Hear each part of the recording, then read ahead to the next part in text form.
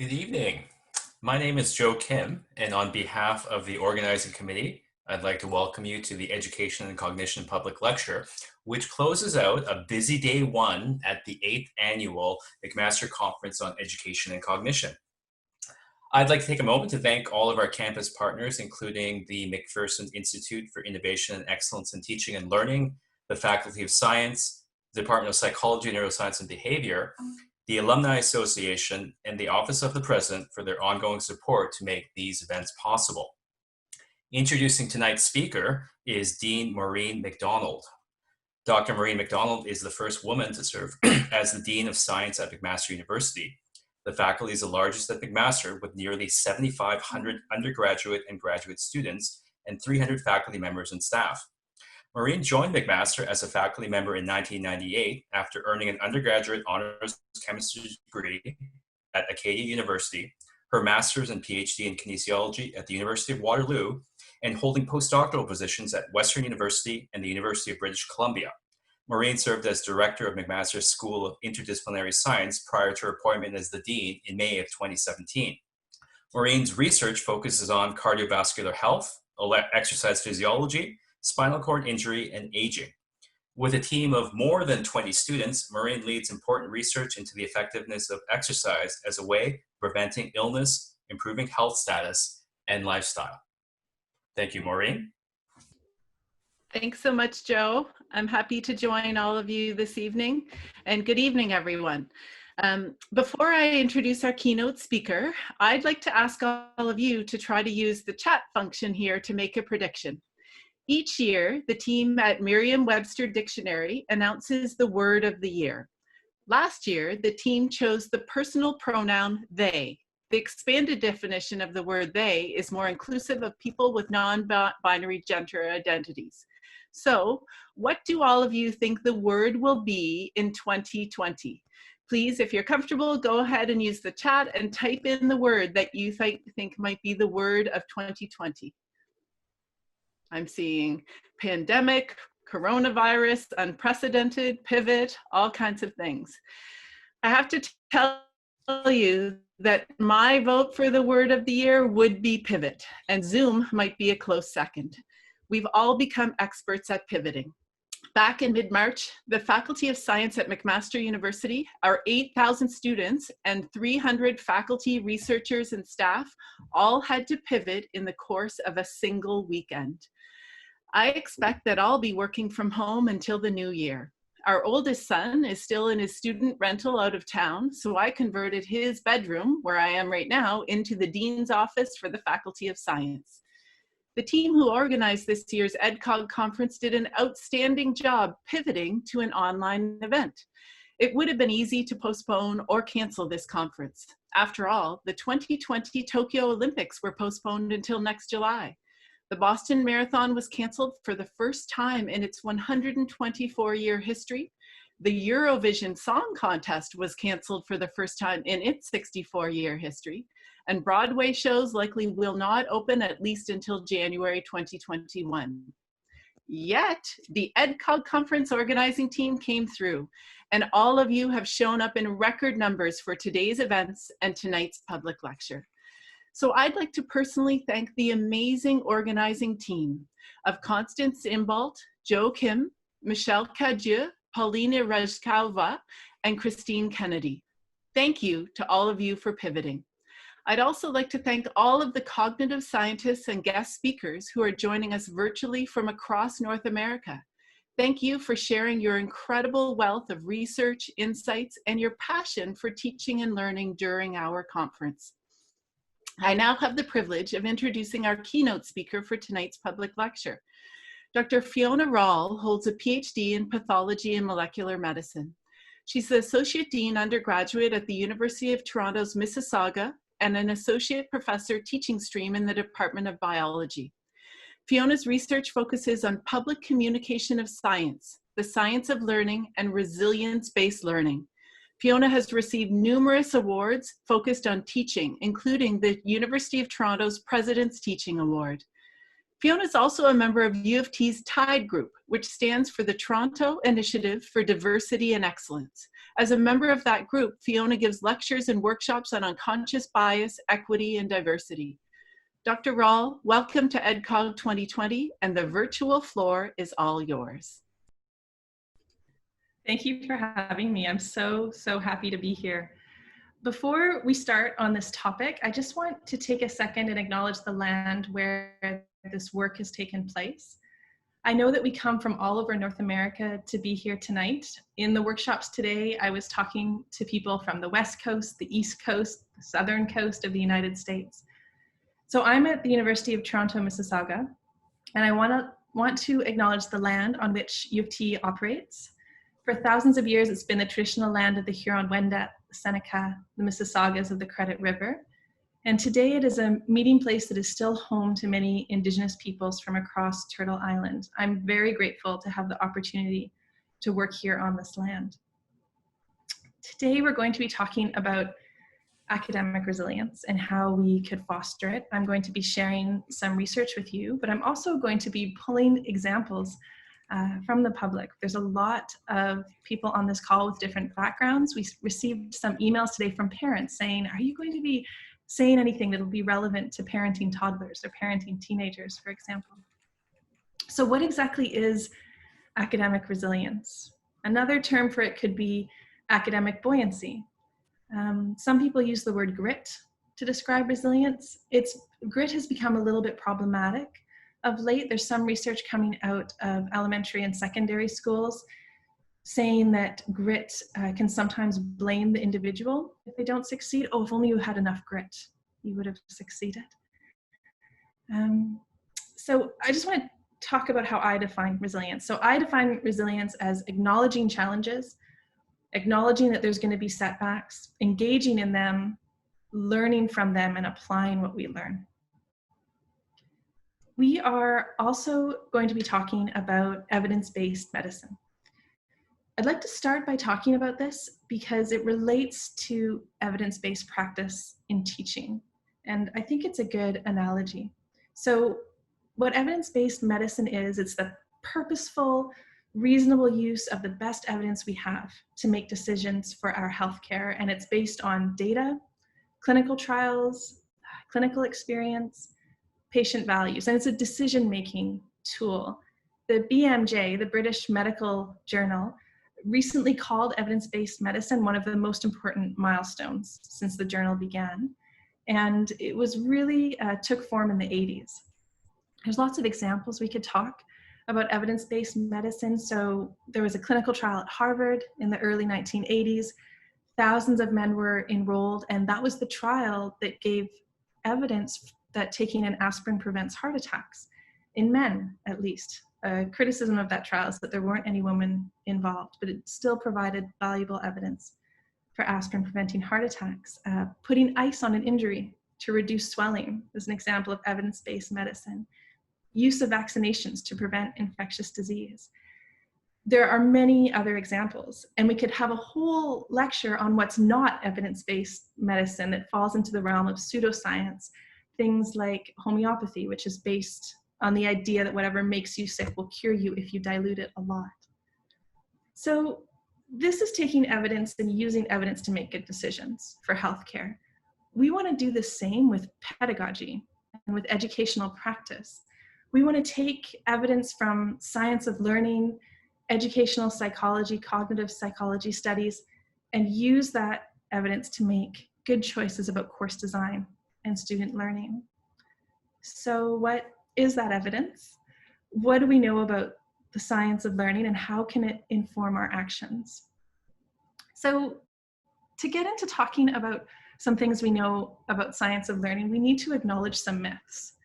There are some learning myths that just perpetuate in society, even though it's been shown again and again that they don't exist or they don't help with learning. Nature came out of the top 10 myths that just won't die, and this one was in their top 10 list, and that's learning styles. There is no evidence that learning styles exist. We might have a learning preference where we enjoy learning a certain way. It doesn't mean that we actually learn better. As humans, we all learn better by doing. We all learn better visually and by doing. So just because we have a preference doesn't mean we actually learn better. Another myth is multitasking. Multitasking does not work. We end up doing many things poorly. And there is some early data showing that multitasking makes failure more likely, but decreases the chance you're going to learn from that failure. So if we're talking about learning from failure, we can't be multitasking when we're engaging in that failure. And this one's really common online, that we only use 10% of our brain. That's not accurate. In terms of evidence-based practice, testing effect, retrieval practice. So Bjork, who's a cognitive scientist who has published a lot on retrieval practice, refers to this as a memory modifier, the sense that retrieving information strengthens the information. Taking tests without peeking will help you to strengthen that information. Another evidence-based practice is spacing.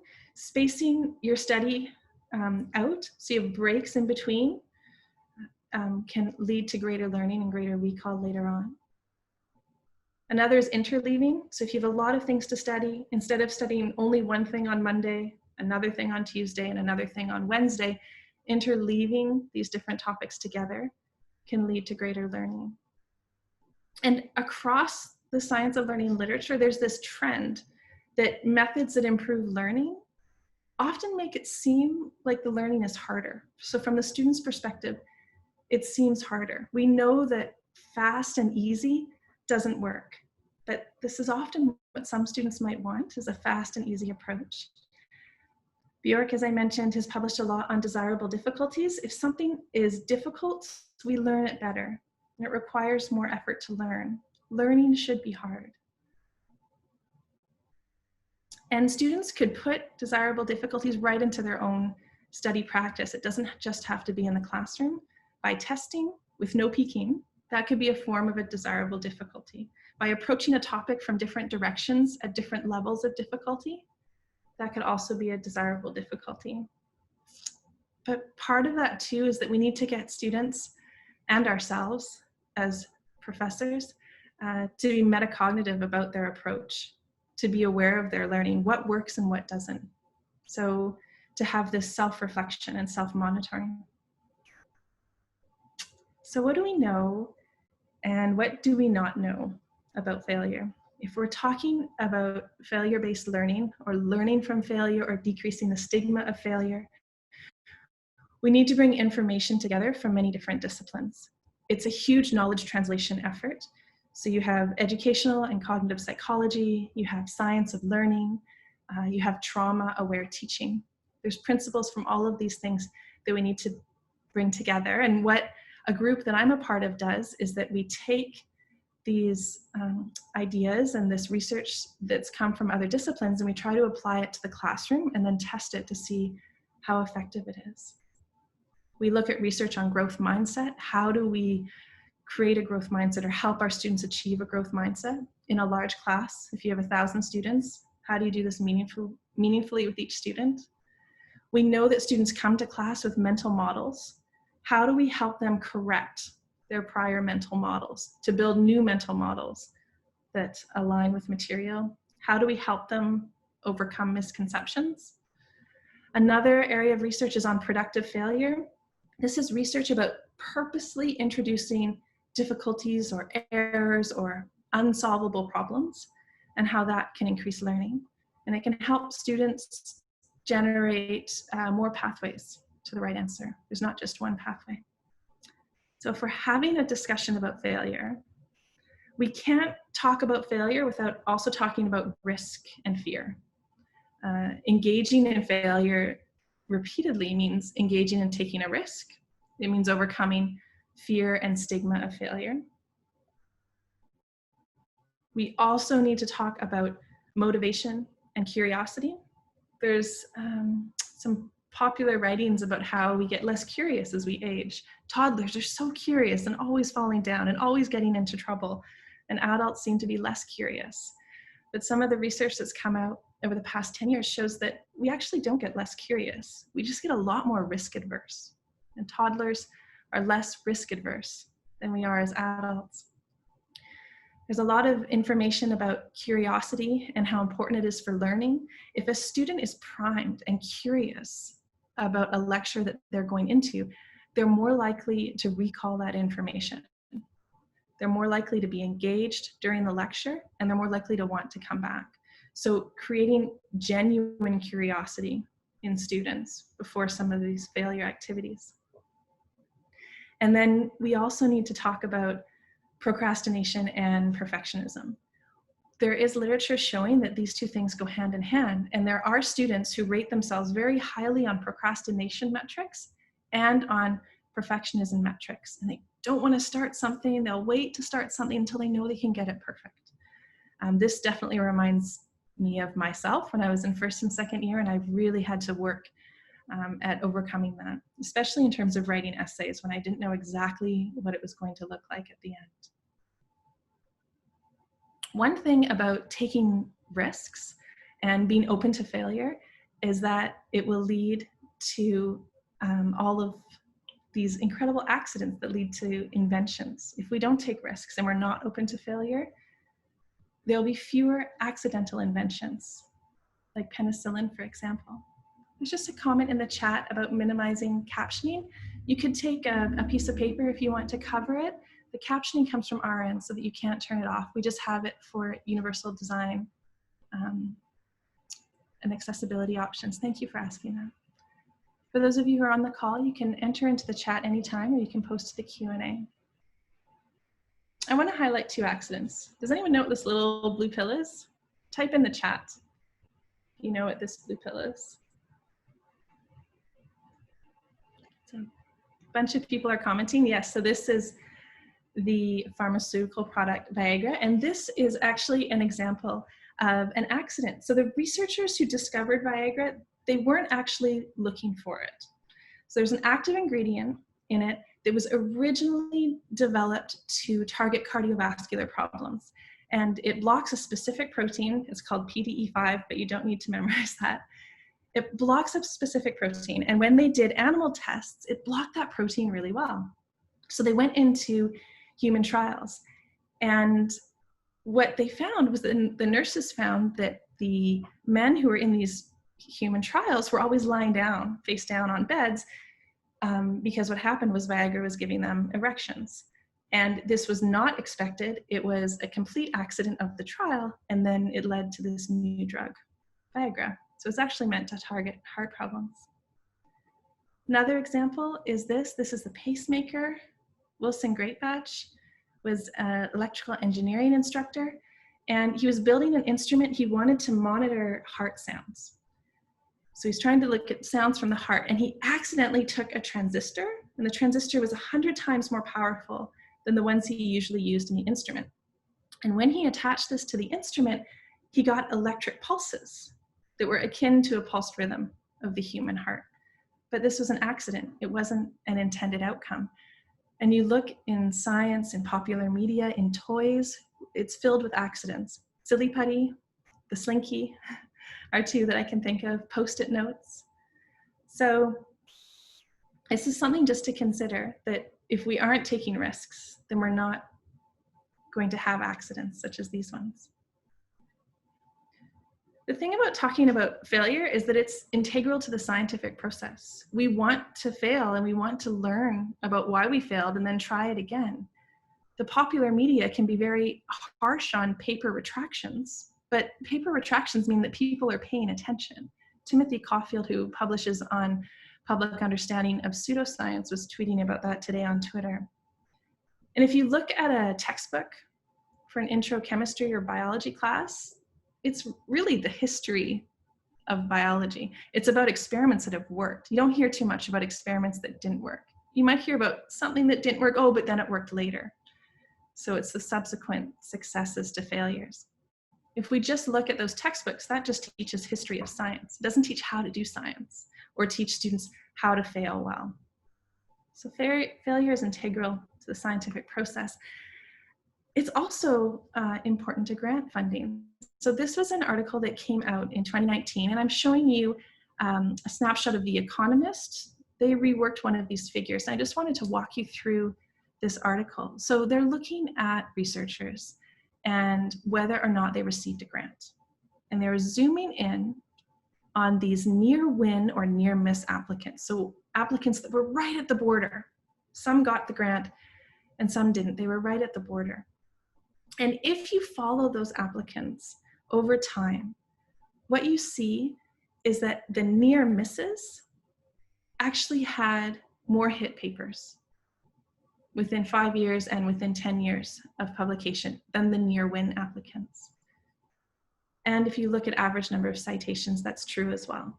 It doesn't necessarily hold up if you look at the ones at the highest end of the spectrum of winning, but when you look at the near win and the near miss, it does.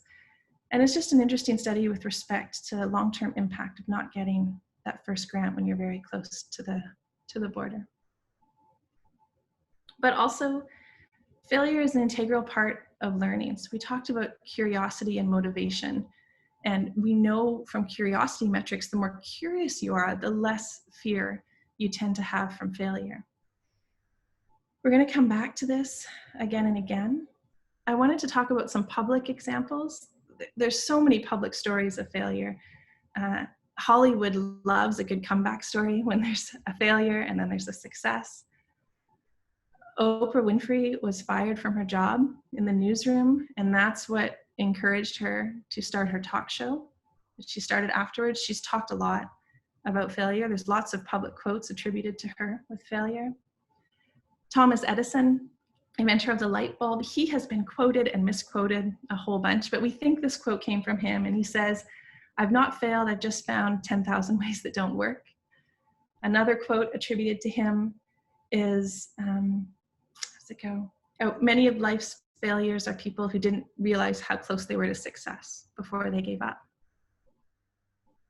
Steve Jobs, he founded Apple Computers, but then he was moved out of the board in the mid-1980s. He was hired back when they bought another company that he had developed. And Michael Jordan talks a lot about how many shots he's missed, how many games he's lost, how many times he was entrusted to take the final shot and he missed. And I think the number is 26. So the popular media is full of failures, but a lot of the time when you look at the story, it's about people who failed and were then successful. We don't talk a lot about people who failed and there might not have been a success after that. You can Google famous failures and you'll come up with a really long list. There's this great quote by Richard Russo. Jessica Lacey in her book, The Gift of Failure, talks about it, and the quote is, "Great books are not flawless books. All great books have errors." So one thing I want to highlight is that none of this is done alone. We're part of a large team that's trying to get students to embrace failure, learn from failure, bounce back from failure, and we're trying to do it across disciplines. I'm just going to introduce some members of our team. So Ria, Sherry, and Majid, they're looking at an intervention that was implemented in a 1,000-student first-year biology class, looking at the impact of that intervention on attitudes to failure. Megan, Clea, and Kelly, they are interviewing high school teachers on their perspectives of failure and looking at failure in the transition from high school to university and how it's taught in high schools currently. These are past students that have done scoping reviews. Kathy established a failure dictionary. There's so much pedagogical jargon when you're dealing with knowledge translation and you're trying to take all these cognitive psych principles and education psych principles and apply them to the classroom. Jargon is a barrier, so they've developed this failure-based learning dictionary. Dan is a current postdoc. He is a historian and he's looking at failure across disciplines. Does it look differently in history than it does in geography, than it does in biology, for example? Would you teach it in a different way? Would you frame it in a different way? Crystal is another postdoc, and she is looking at failure with respect to sciences, teaching students to learn to fail through the scientific method and scientific process. And Nicole, Mary, and Ken, and Jackie are all collaborators on this grant, coming across Nicole, and Mary and Ken are historians. Jackie is the manager of transition and orientation. We're really interested in failure in first year and how we can decrease the stigma of that.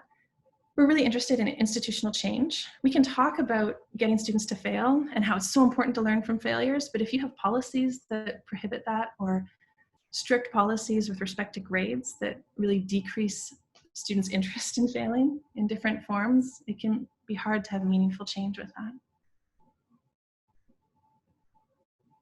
So one thing we're doing is we have these different projects about course design. This is the busiest slide we have, so please don't worry. I just wanted to highlight some of the things that we're doing. If you look at a first-year course, what could you do in terms of course design and failure?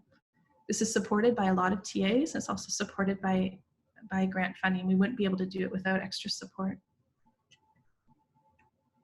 So we have activities that foster a growth mindset. We have activities that specifically counter procrastination in terms of scaffolding assignments and due dates and check-ins for students. We focus on experimental design throughout the course. Again, this is a science course, so experimental design is a touchstone. We worked with a journaling expert to create reflective failure journals. And the students engage in these throughout term and they reflect back on previous posts. Whenever students answer a question, they also document thinking. I'm going to show an example of that in a little bit. Think, pair, share. I'm also going to show an example of that in a second. That's when you answer something.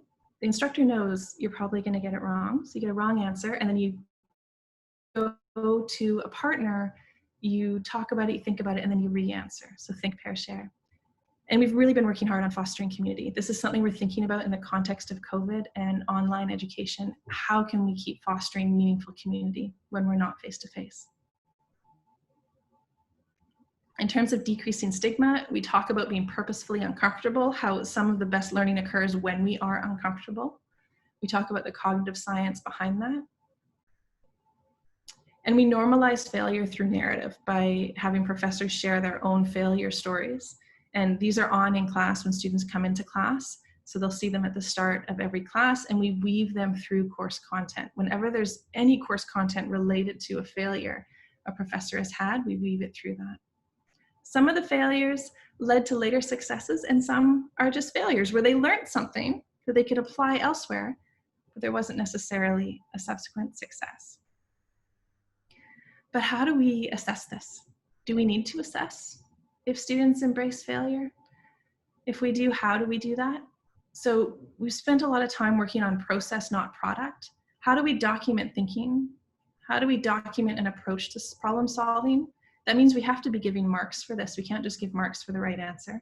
So marking takes longer. And then also these reflective journals are assessed as well. A new metric we're working with is this time to engage. I talked about procrastination. So if you reflect back to when you were in class, maybe it was high school, maybe it was university, were you ever sitting in class where the instructor would ask a question, and you're supposed to start working on it right away, and you pause, and you're just waiting to engage with the material? So that's that mini procrastination in class. So we have this time to engage metric where we look at the time it takes for students to meaningfully engage with something in class. Online, it seems like this time to engage is longer. So if I ask you a question and you post it in the chat, what I find online is that it's slightly longer than some of our in-class metrics. Okay, so this is going to be active, some aspects of this session. If you could all pop onto the chat and it's set so that I'll get the response. Can you tell me the first word you think of when you read this word in front of you? So when you read the word failure, what's the first word you think of?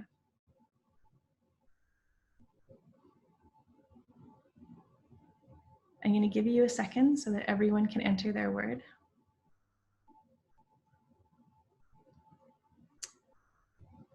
So disappointment, sad, bad, learning, dejected, why me? These are all very similar words to what our students enter. Okay, so we have these words we think of right away. I'm going to send out a poll to you right now. So this should appear on your screen. And I want you to think that word you just entered, would it be positive, neutral, or negative? Just highlight or enter on this poll, what would that word be? Positive, neutral, or negative? And about 40 of you still need to vote. So let's give it another 5 seconds. I'm just going to share the answers with you. So 76% of you said that it had a negative connotation, that first word that you thought of. So I'm going to show you some data from class. When students first arrive on campus, these are students that have just come into campus. It's the beginning of term. It's one of the first questions we ask them. So anywhere between 70–78% of students have a negative connotation when they think of the word failure. It's interesting. That's very similar to what we just saw here in terms of 76% of you had a negative connotation.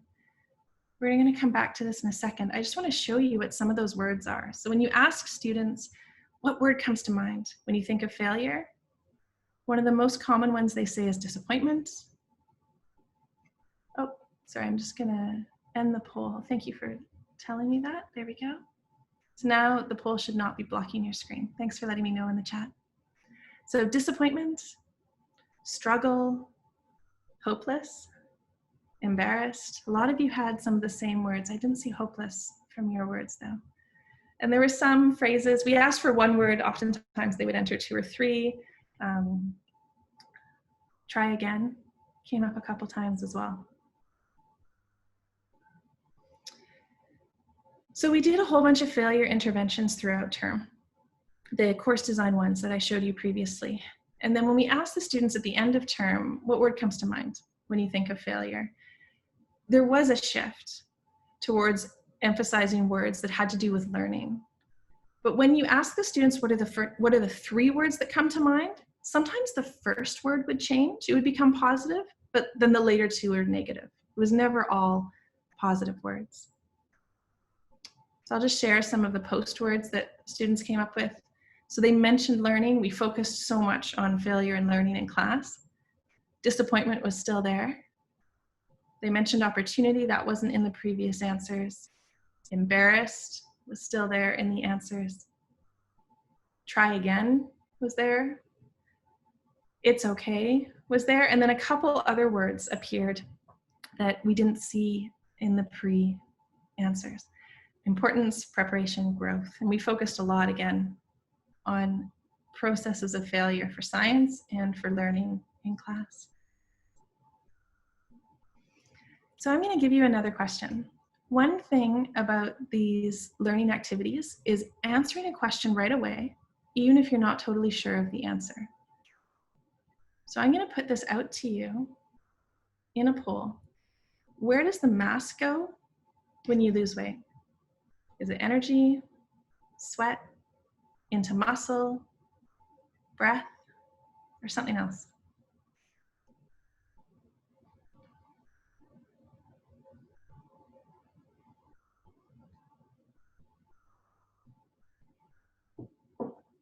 So when we ask this question to students, we say, how sure are you of your answer? Carmen on the chat asked, can it be multiple of these? Just choose one. So try to choose the best answer. What first comes to mind? I'm going to end the poll now. 2 seconds to enter your answer. I'm going to share the results with you. And I'm going to say that A is not correct. It's not energy. And E is not correct. It's not something else. Those are the 2 most common answers. And those are the 2 most common answers students answer. And when they are engaged with this question, they can get quite frustrated because they thought it was the right answer. Then they go and talk to someone else and they enter it again. If there's someone beside you or someone else in your house, why don't you shout this question out and then enter your answer again? You know the answer is B, C, or D. So I'm just going to send this poll out again.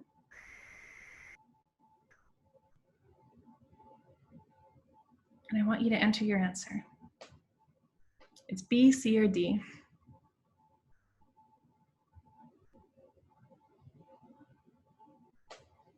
I just noticed the poll is in a different order than the slide. Sorry about that. Sometimes that happens when we transfer them over. Someone just posted on chat that their dog is not a good partner in answering this question. Patricia, if you're not getting the poll, you might be able to just click the Zoom button that's at the bottom of your screen and it should come up. So what we see with students is they're more likely to get to the right answer after chatting with each other. And the right answer here is breath. You have to follow the carbon. We exhale carbon dioxide and you have to follow the carbon. This question was asked in the UK to physicians, kinesiologists, dietitians, and only 3% answered it correctly. This is a misconception question where we're pretty sure that students are not sure of the answer. When you first do these in class, they're quite uncomfortable, but then you ask them again and again, and they get used to finding where their knowledge ends and then learning about that point. I'm going to give you another example. Where does the mass of this tree come from? So you start with an acorn and you grow into an oak tree. Where does the mass of this tree come from? I'm going to launch the poll, so you should all see it now. Does the mass come from water, air, soil, minerals from the ground, something else?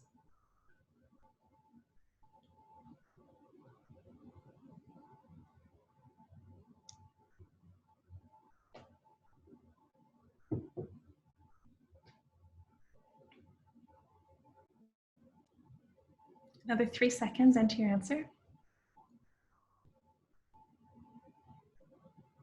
So I gave you a bit of a hint because you had the previous question.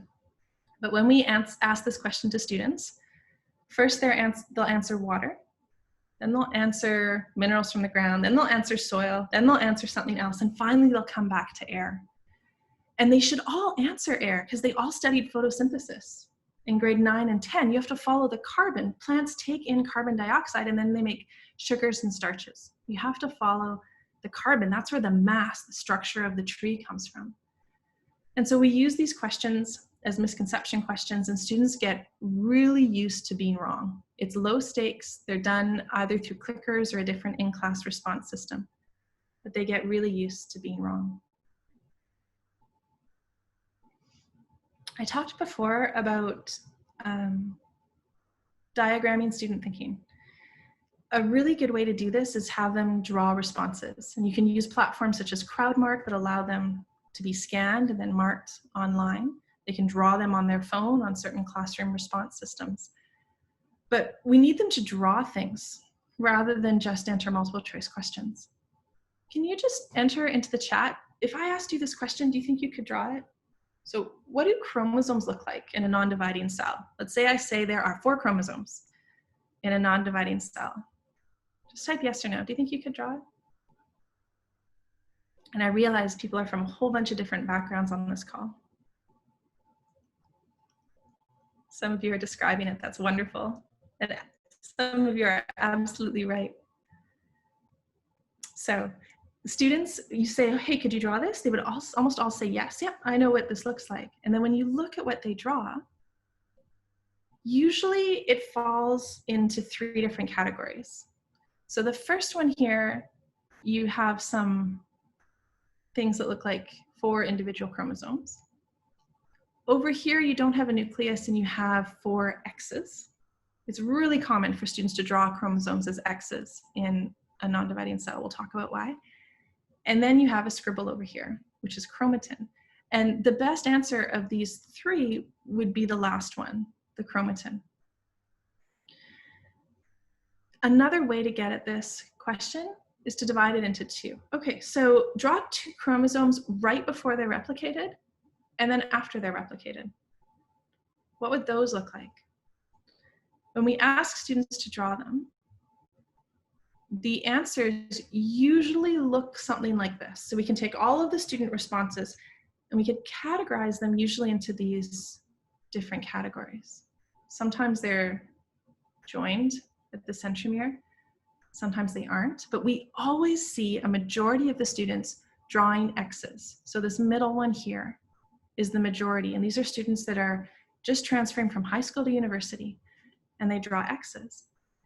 And the reason for that is that that's the only way they've ever seen photos taken. We take photos in metaphase. We draw the chromosome as it's condensed in metaphase because it's condensed and we can see it, but it condenses after replication. So this is a typical image that students will see. This is what they see in their textbook again and again. So they have this mental model of this X chromosome. But if we don't correct this mental model early, if they don't know it's wrong and get comfortable with being wrong, they won't understand crossing over of meiosis. They won't understand how we generate diversity through meiosis. So this is an example of one of the problematic mental models we work with. Okay, so now I'm going to do another activity about failures and how we classify failures. This is something we do with our 1,000 students in intro bio. I want you to think of a past failure, and if you feel comfortable, you can share it in the chat. So think of a past failure. And if you feel comfortable, I invite you to share it in the chat.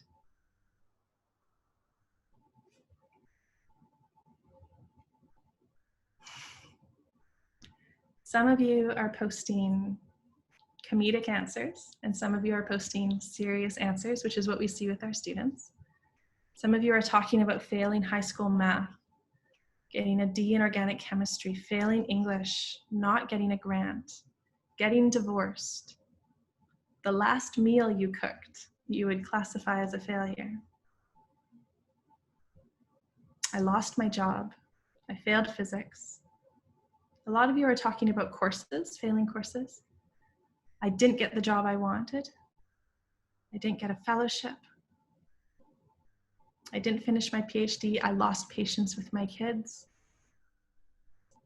I fell out of a handstand and I bruised my tailbone.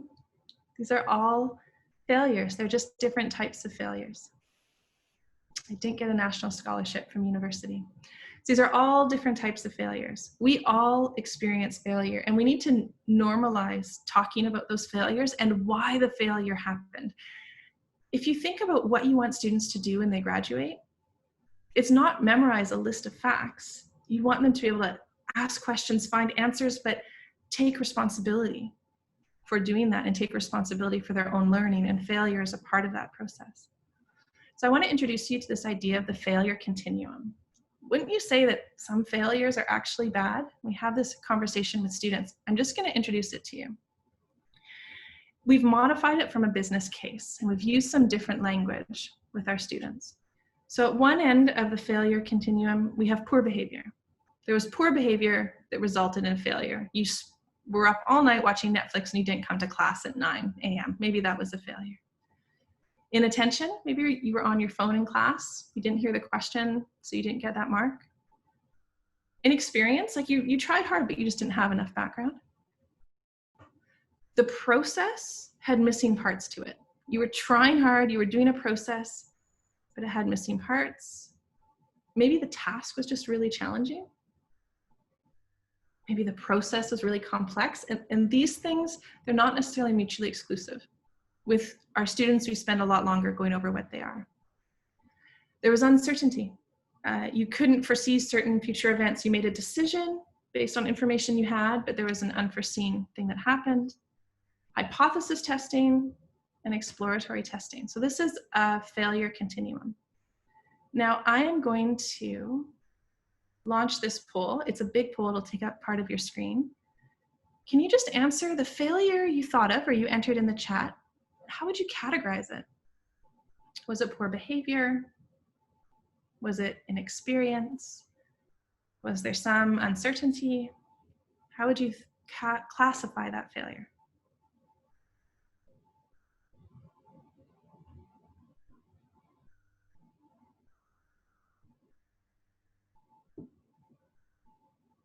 Wonderful. So 3 more seconds to enter your answer.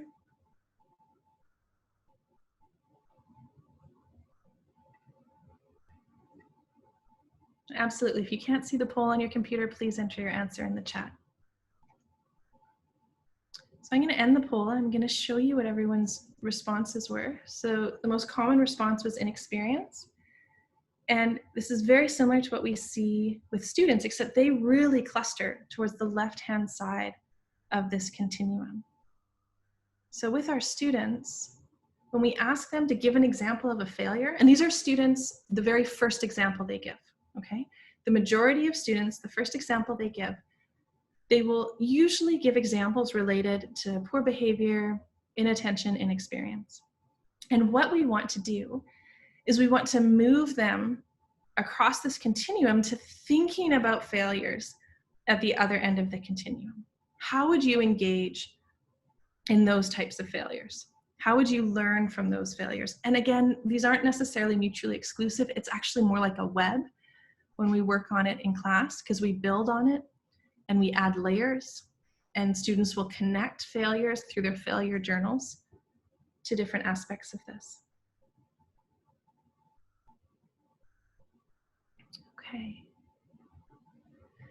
So one thing we do is we really try to foster this community of failure, a community of second chances. Many assignments are built in with second chances. They're built in with scaffolding so that if you do better the second time, it replaces the earlier grade, but you have to have reached a threshold on that earlier grade, so you had to have tried to learn from it. You can't just miss it or get a 0. Part of fostering this community of failure is a narrative of failure. So we have professors who've given us quotes or stories or videos that we show before class, and we interweave it, like I said, through class. I wanted to share one example with you. Dan Riskin, he's the former co-host of Daily Planet. He's an adjunct professor in our department, and he's a bat biologist. And he comes and talks to our students about science communication and failure. And I'd just like to read his quote. While taking questions after my first talk at a scientific conference, I was basically heckled by a senior scientist in front of everyone I'd been trying to impress. For years, it made me feel like I didn't have what it takes to be a scientist. After a while, though, the sting started to wear off. Later, when I started doing TV, I found that I was much less afraid of audiences than I had been before. I think it's because I knew I'd survived the worst case scenario already. It's kind of the same. It's the same as the way you lose your fear of holding a bat. Once you've been bitten by one, you realize how much it will hurt, and even though you still don't want to get bitten, you're less scared. And I read this quote to my daughter, and she said, oh, maybe it's like having kids. You have the first kid, and you know it hurts, but you have another one anyways. And I said, perhaps it's similar. So we try to normalize failure and normalize learning from failure. Another way we do that is through social media and engaging social media. I encourage all of you to explore this hashtag of fieldworkfail. There are many examples of researchers that are engaged in fieldwork and things have failed. So this is an example from David Hamilton. When frillneck lizards are released, they immediately run up the nearest tallest object for safety. It's usually a tree. In this case, it was me. One example. Another example, wanted for robbery. Robber crab, prime suspect of skillful dislodging and subsequently stealing of a thermal camera. Thought to have brought it back to its lair of prized possessions. Do not get fooled by its pretty colors. So there's many posts about thermal cameras, different types of cameras going missing. And some of these have been turned into an art project. If you look at fieldworkfail.com, this is one researcher that accidentally glued herself to a crocodile while attaching a radio transmitter. And this is another researcher that accidentally spilled a pheromone solution and became the, quote, sexiest darn tanner beetle in all Skang. There are lots of examples of these. We use examples from lab, from failures in previous student labs that students have given us permission to share and how they learned from that. Failures in terms of teaching, things that we've tried that didn't work and why they didn't work. And I really like this quote from Bobak Ferdowsi. One of my students sent me this. We ask the students to monitor social media and send us interesting narratives and to share it with the class. And he says the way Astro Shell phrases it is that locally in the moment, failure is not an option, like Apollo 13. But we all acknowledge failure is a huge part of what we do, especially if you're like me. And that is literally your job. So he is an engineer with NASA's Jet Propulsion Lab, and his job is to make things fail and figure out why they fail. There's different types of failure and different points in time. We want to engage in those failures. So I'm going to leave it at that point. I'd be very happy to take any questions that you have. I will jump on to the Q&A, and you can post your questions there, or you can type them into chat as you like. Thanks so much, Fiona. We already have some questions lined up. If you want to pick and choose. Absolutely. So James asked a question about igniting and continually renewing intrinsic motivation. Because motivation can be exhausting. There's one thing I forgot to mention in this presentation, which was stress. So actually, I'm going to send a poll out to you right now, if you don't mind. I'd like to ask everyone on the call, do you think students will be under more stress than usual this fall? I'd like you to answer yes or no.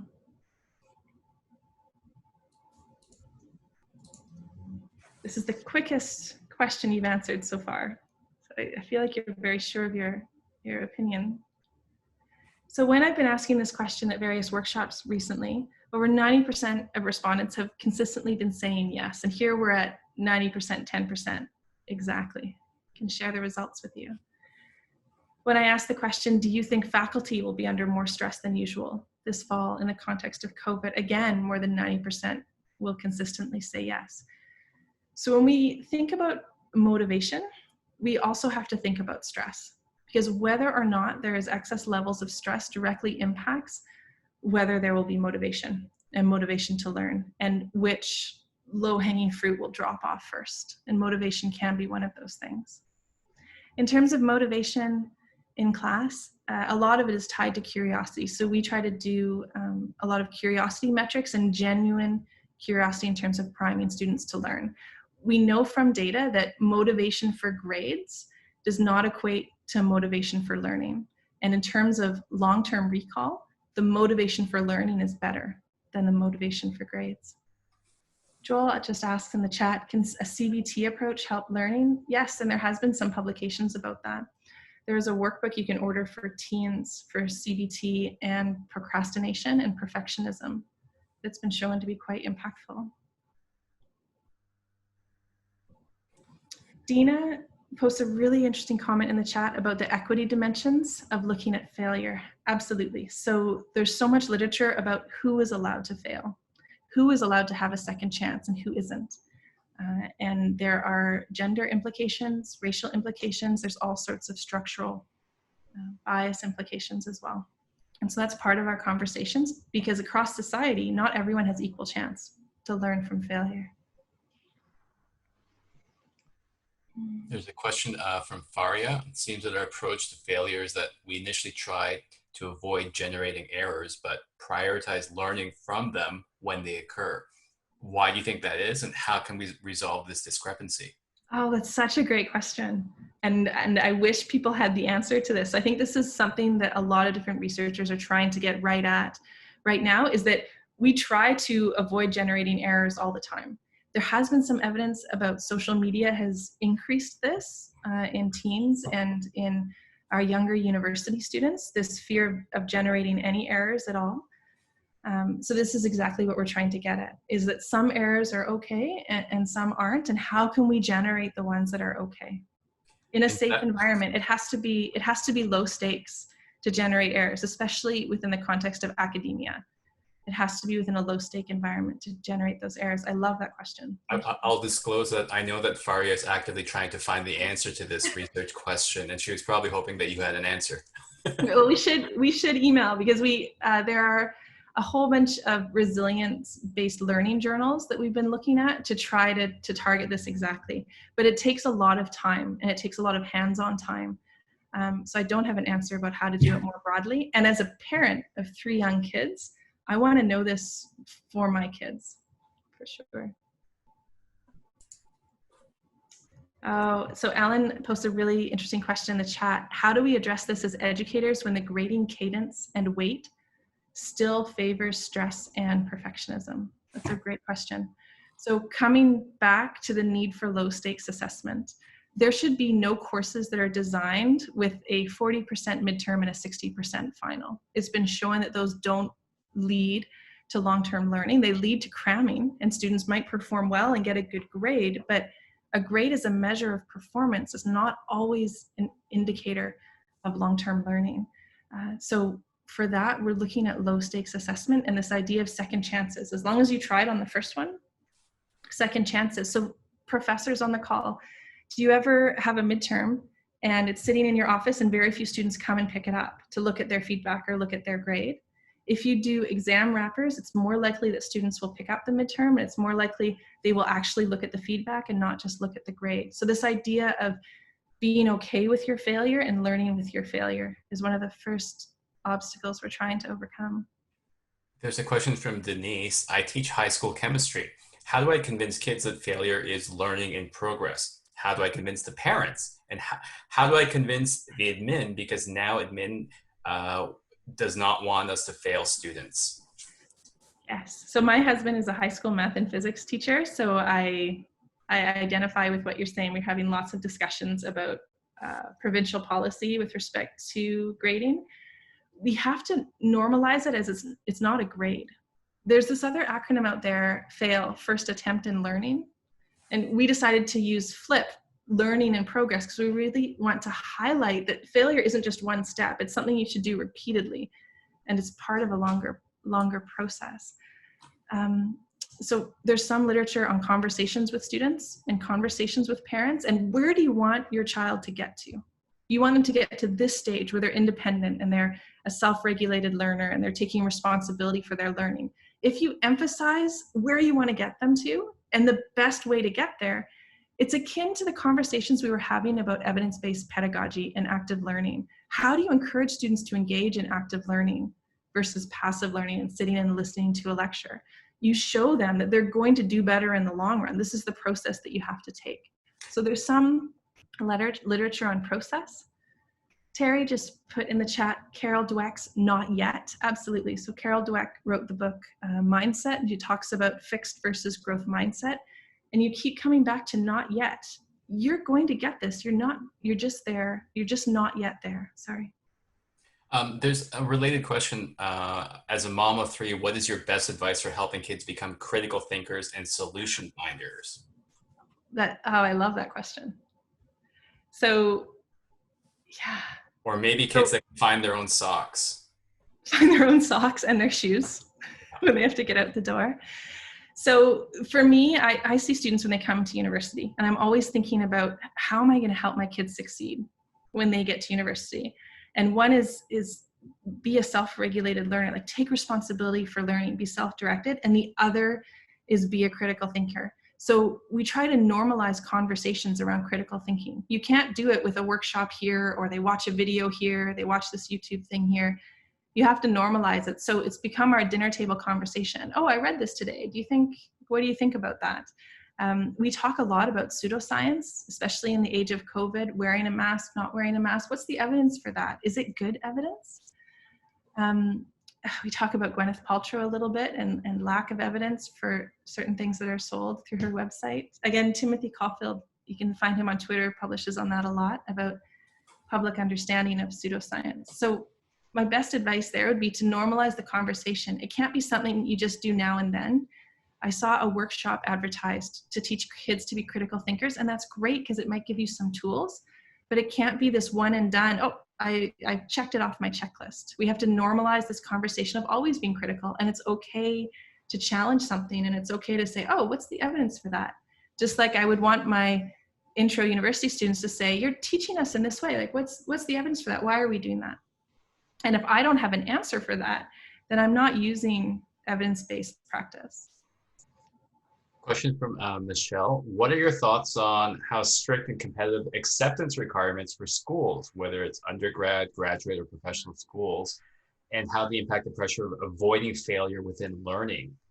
What could administrators change? And I might use an ad for hiring teaching assistants.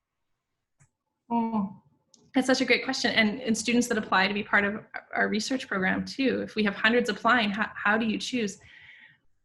I guess my input would be that it is a metric, but it shouldn't be the only metric. It's a metric of performance within a certain scenario, and it shouldn't be the only metric. I recognize it's part of a greater institutional structure, and institutional change can be glacial, especially when you're talking about larger numbers.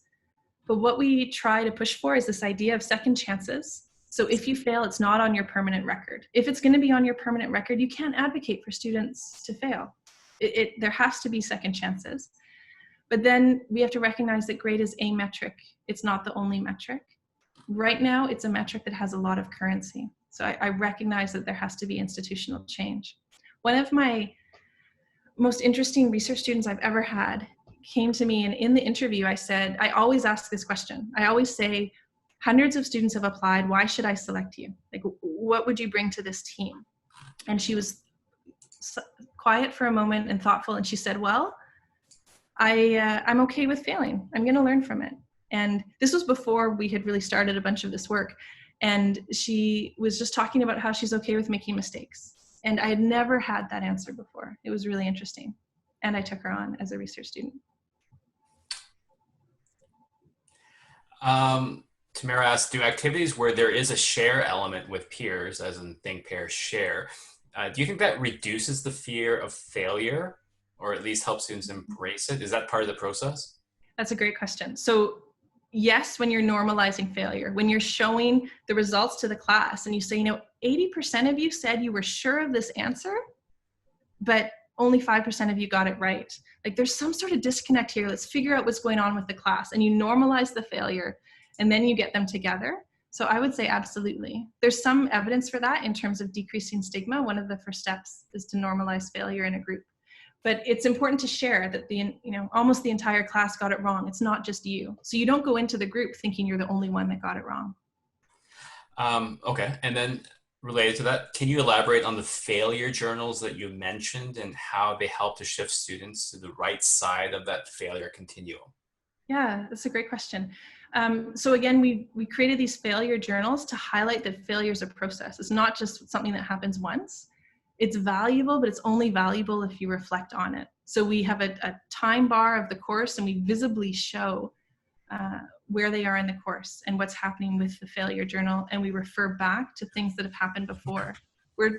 Right now we are adapting it to this sort of interactive, it's not a board game. I don't like the word board game. I have to think of a different word because I don't want to gamify it too much, but it's this roadmap, so to speak, of the course where you can go into different aspects of the failure journal and it'll pull up, oh, this is what you said before, look how it compares now. So it pulls up and prompts you to do that comparison. For example, what are the first 3 words that come to mind when you hear the word risk? What's the first 3 words that come to mind when you hear procrastination? Oftentimes the first word they say is me when you ask them that. Another is, what are the first 3 words you think of when you think of yourself? And then you ask them, which of those 3 words will help you succeed in this course? And if there isn't one, what word would you add? So we have a lot of questions that are structured like that. The students are resistant to do it at first, but then once they see how it fits into the course, they buy into it and they're really engaged with it. How about in a situation where you have typically in an introductory level course where you have a huge discrepancy in the background knowledge on course content and preparation and experiences? How do you find the failure sweet spot? Oh my gosh, that's such a great question, especially when you have such a diverse classroom and people are coming into your classroom with incredibly diverse experiences. We have refugees that are new to Canada that have just landed in Canada and are still orienting them to themselves to their space and culture here and other changes. That's such a great question. I don't know what the answer is. I can say what we do. What we do is we share student experiences and we try to normalize difference between everyone, that everyone's at a different spot. Everyone knows a different amount. And you have to figure out where the edge of your knowledge is. So that example I gave you about the X drawing chromosomes like X's, maybe you don't have that mental model, but maybe people do. Mm-hmm. And so we do a lot of crowdsourcing activities for community building. At the beginning of term, we'll get students to enter, what's your superpower? Like, what can you do that people don't know you can do? And we'll share this list with the students. And there's 1,000 answers, and it's amazing things that students in class can do. But we'll also generate lists of, like, right now at this moment, what's your greatest fear?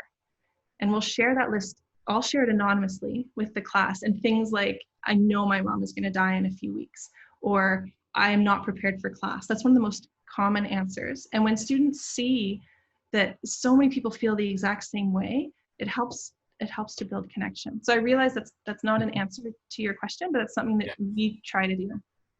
I think like modeling failure yourself and So for example, like I've been teaching introductory psychology for a number of years now, and I can almost anticipate most of the questions I get, but my favorite questions are questions that are original or I don't know the answer. And my favorite thing to tell someone is, I don't know. That is such a great question. I wonder if someone's actually researched this. This could be like even an original research question that I think you should look into, like drop by my office hours. And like, those are moments I really embrace. And I love those moments too. I love those questions. so the final question I have is from Thomas Marlin. How do you grade a progression of trial and learning? I've seen students not try the first time unless it's graded. Yeah, absolutely. So we talk about this. You have to assign, so grades have currency to students. They will only engage in something if they see the value. And if they aren't yet seeing the value of learning, then you have to use grades. And so we see a shift over term about how important students see certain activities, whether or not they have grades attached. So they're all low stakes assessments. They're not worth very much, but collectively they're worth a lot. So because grades have this currency, we use grades until students are aware of how important they are to the learning process. And if you haven't tried at this activity, you don't get that second chance. So you have to try the first time, which reinforces evidence-based pedagogy and the whole idea of retrieval practice.